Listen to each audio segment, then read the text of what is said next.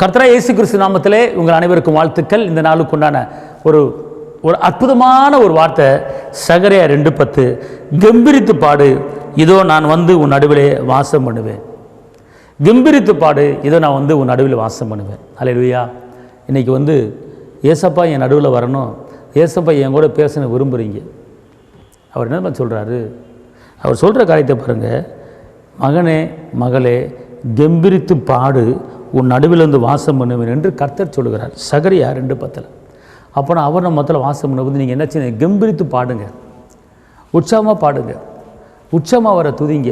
துதிப்பேன் துதிப்பேன் துதித்து கொண்டே இருப்பேன், ஆராதிப்பேன் நான் ஆராதிப்பேன், ஆண்டவர் இயேசுவை ஆராதிப்பேன், தேவனே ஆராதிக்கின்றேன், தெய்வமே ஆராதிக்கின்றேன், ஆராதனை ஆராதனை துதி ஆராதனை ஆராதனை அலங்காரவாஸ். அப்படி நீங்கள் ஒரு பாட்டாக பாடிக்கிட்டு அவரை துதிச்சு பாடிக்கிட்டே இருங்களேன், அவர் துதிகளின் மத்தியில் வாசம் பண்ணுவேங்கிறார். துதிக்கிற இடத்துல இறங்கி வருவேங்கிறார். உங்கள் ஜெபம் பரலத்துக்கு போங்க, ஆனால் அவருடைய பிரச்சனை உங்கள் இடத்துக்கு வந்துடும். அது எப்படின்னு தெரியுமா? நீங்கள் கெம்பீரித்து உற்சாகம் பாடணும். அல்லேலூயா. கெம்பீரித்து உற்சாகம் பாடும்போது அவர் வந்துடுவாருங்க.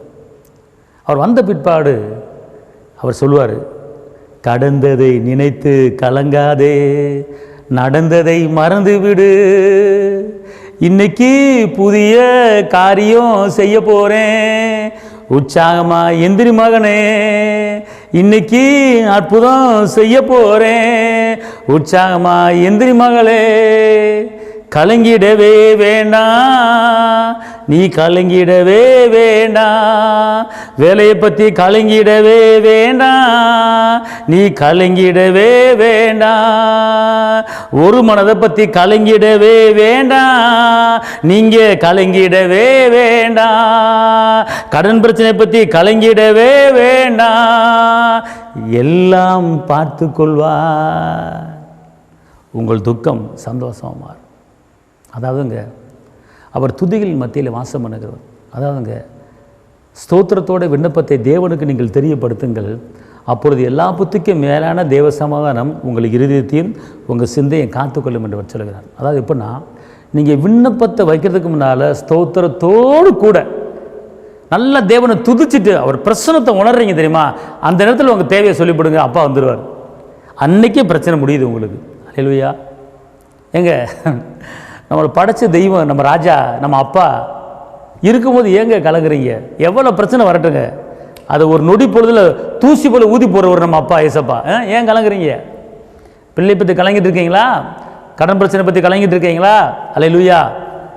ஒரு விதவைக்கு எண்ணெயை விற்று எண்ணெயை உற்பத்தி பண்ணவர் அவர். அல்லேலூயா. எண்ணெய் உற்பத்தி பண்ணவர். நாளைக்கு லைட்டு பில் கட்டணும்னு கலங்குறீங்களா? நாளைக்கு லோனு கட்டணும்னு கலங்குறீங்களா? வீட்டு லோனு கட்டணும் கலங்குறீங்களா? இல்லை மகளிர் குழு கட்டணும் கலங்குறீங்களா? நாளைக்கு கட்டணும், எனக்கு இன்றைக்கி ஒன்றுமே பணம் இல்லையே அப்படின்னு சொல்கிறீங்களா? இந்த வார்த்தையை கேட்டுக்கொண்டிருக்கிற சகோதரிமார்களே, சகோதரன்மார்களே, நாளைக்கு நான் வீட்டு வாடகை கொடுக்கணும் கலங்குறீங்களா? நாளைக்கு லைட்டு பில்லு கட்டணும் கலங்குறீங்களா? நாளைக்கு ஒரு லோனு கட்டணும்னு கலங்குறீங்களா? நாளைக்கு வட்டி கட்டணும்னு கலங்குறீங்களா? இப்படி பலவித கலக்கத்தோடு நாளைக்கு எனக்கு வேணும்னு சொல்லி கலங்கி தவித்து கொண்டு இருக்கீங்களா? நீங்கள் சொல்லுங்கள் வாயை திறந்து, ஏசப்பா, நீங்கள் இந்த பூமியில் வாழும்போது நீங்கள் வரி கட்டுறதுக்கு பணம் இல்லாமல் இருந்தீங்க. அப்போ உடனே மீனை பிடிச்சி தூண்டியில் வாயை பிளந்து பாரு, பணம் இருக்குது அப்படின்னு சொன்னீங்க. உடனே பேதுரு என்ன பண்ணார்? தூண்டியை போட்டார், மீன் வந்துச்சு, வாயை பிளந்தார், அந்த வரிக்குண்டான பணம் கரெக்டாக அந்த பணம் இருந்துச்சு, கொண்டு பணத்தை கட்டிட்டார். ஏசப்பா ஃப்ரீ ஆகிட்டார், வரி கட்ட வேண்டியதில்லை. அதே போல் நாளைக்கு லைட்டு பில் கட்டணுமா, நாளைக்கு வீட்டு வாடகை கொடுக்கணுமா, நாளைக்கு லோனு கட்டணுமா, வீட்டு லோனு கட்டணுமா, பைக் லோனு கட்டணுமா, கார் லோனு கட்டணுமா, கையில் இப்போ ஒன்றும் இல்லாமல் இருக்கீங்களா? எப்படி மீன் வாயில் பணம் வந்துச்சோ அதே போல் யார் மூலமாவது பணம் உங்கள் வீட்டுக்கு வரப்போகுது. ஒரு ஆமேன்னு சொல்லுங்க. அல்லேலூயா. கண்டிப்பாக வரும், கண்டிப்பாக வரும். ஆனால் இந்த சம்பவத்தை வாயை திறந்து சொல்லணும். இந்த சம்பவத்தை சொல்லும், ஏசப்பா நீங்கள் வரி கட்டுற பணம் இல்லாமல் போது ஒரு மீன் வாய்க்கில் பணத்தை வர வச்சிங்களே, அதே போல் எனக்கு எந்த மீனாவது அனுப்புங்க, அல்லது எந்த காக்காவது அனுப்புங்க. வெளியாவுக்கு எரிச்சு ஒன்று காக்கா கொடுத்துச்சு, எங்கிட்ட இந்த மட்டன் பீஸை கொண்டு வந்துச்சே தெரியாது, எந்த அரண்மனையில் எடுத்துகிட்டு வந்துச்சே தெரியாது. அழகாக சாப்பிட்டு திருப்தியாக போனார், நடந்தார் 40 நாள். அல்லேலூயா. கர்த்தர் செஞ்சால் ஒரு சாப்பாடு 40 நாள் பசி தாங்கக்கூடிய அளவுக்கு கொடுப்பாருங்க. ஏன் கலங்குறீங்க? சந்தோஷமாக இருங்க. நீங்கள் முழங்கால போடுங்க, கர்த்தரை துதிங்க, கர்த்தரை ஆராதிங்க, மகிமைப்படுத்துங்க, இந்த சம்பவத்தை சொல்லுங்கள். சாயங்காலத்துக்குள்ளே நாளைக்கு கட்ட வேண்டிய பணம் இன்றைக்கி வந்துடும். அதுக்கு ஒன்று 2 லட்சம் வேணும், 3 லட்சம் வேணுக்கா, நாளைக்கு என்ன தேவை அதை மட்டும் சொல்லுங்கள். நாளைக்கு எத்தனை? 10 ரூபா வேணுமா? 5000 வேணுமா? 25 ரூபா வேணுமா? வீட்டில் 12 ரூபா கட்டணுமா? அதை மட்டும் கேளுங்க. ஒரு மீன் உங்கள் வீட்டுக்குள்ள வந்து வரப்போகுது. அல்லேலூயா. தூரத்தில் இருக்கிற மனிதர்கள் உங்களை தேடி வந்து உங்கள் பிரச்சனை சந்திக்க வைக்க போகிறாரு. தைரியமாக இருங்க. உங்களுக்கு நான் ஆட்சேபிக்கிறேன்.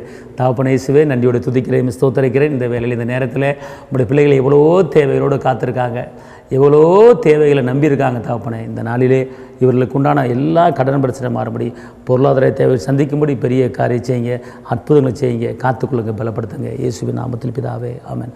கர்த்தர் உங்களை ஆசீர்வதிப்பார். சந்தோஷமாக இருங்க. தேவனுக்கே மகிமை. ஹல்லேலூயா.